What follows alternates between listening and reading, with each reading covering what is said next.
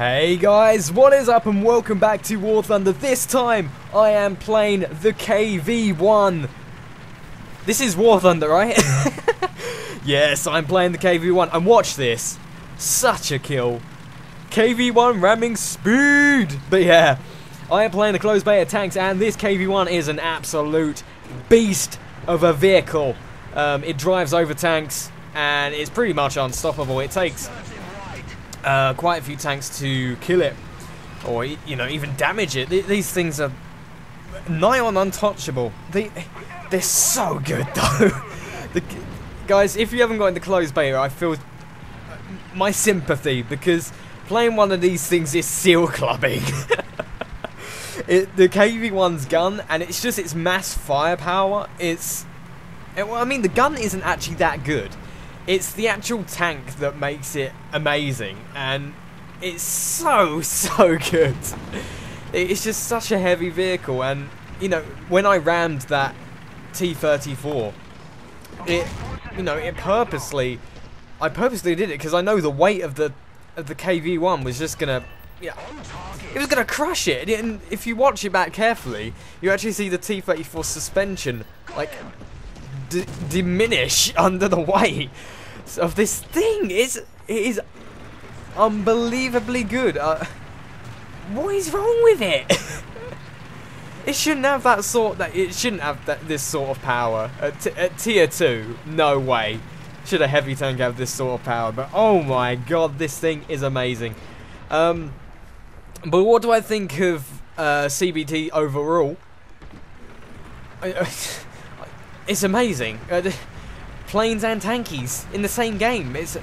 I mean, at the moment they've only got biplanes in because I guess that's for testing purposes, trying to work out whether, eventually there'll be bigger maps, etc, etc, and then things will be able to expand more and more as the course of the CBT goes on. But at the moment it's absolutely fine as it is, and planes are more than useful in this sort of environment. I mean, they can drop 50-kilogram bombs, which will take out a tank, even a KV-1. If it won't take out a KV-1, it will heavily damage it. So planes are still extremely useful in this. I mean, although we got the flak panzers, they're only really good if they get a direct hit on you. If they don't get a direct hit on you, then they're not that effective. So, having a biplane around, taking out enemy KV-1s and Stugs is useful. It really is useful. Planes have got a use in this game at the moment, so I'll see how that progresses. But at the moment, it's the tank gameplay that I'm most focusing on. Seriously though, the CBT has gone beyond my wildest expectations. It's so good. But, I mean, I'm going to be bringing you tons of CBT content. I'll probably do a few things with Sherman. For instance, we'll do like KV-1 squads, something like that, and then just hold down one area.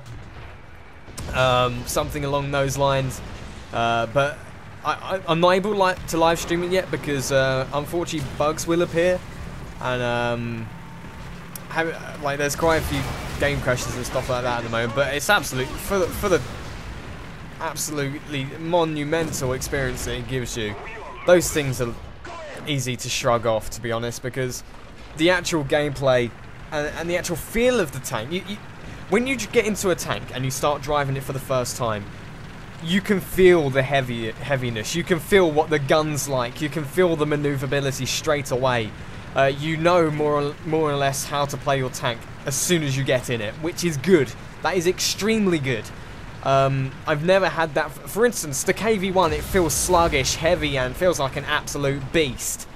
Whereas something like the T-34, it feels fast. It feels like it can get up behind tanks quickly, get around the battlefield quicker. And something like a light tank will scout, spotting, etc, etc. They are useful tanks. They really are. Each tank to their own, and I'm highly looking forward to what the guys at Gaijin are going to be doing and expanding with this new world that we've got. I love it. It's the most fun I've had in a game for a very long time, and KV-1 is definitely my favourite tank at the moment. I'm sure that they'll bring out some new tanks on the German line. The German line isn't my kind of thing at the moment because their most powerful tank is a Stug, whereas I like to play heavy tanks. I like to get in there.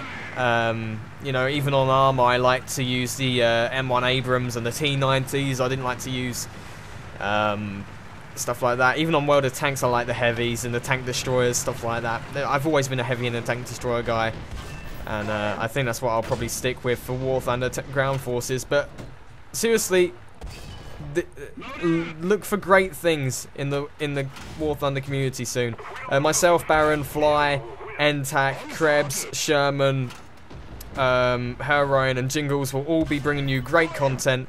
But anyway guys, I hope you enjoyed. Make sure if you did, click that like button below, comment on what you're looking forward to. Take care guys. I'll see you next time.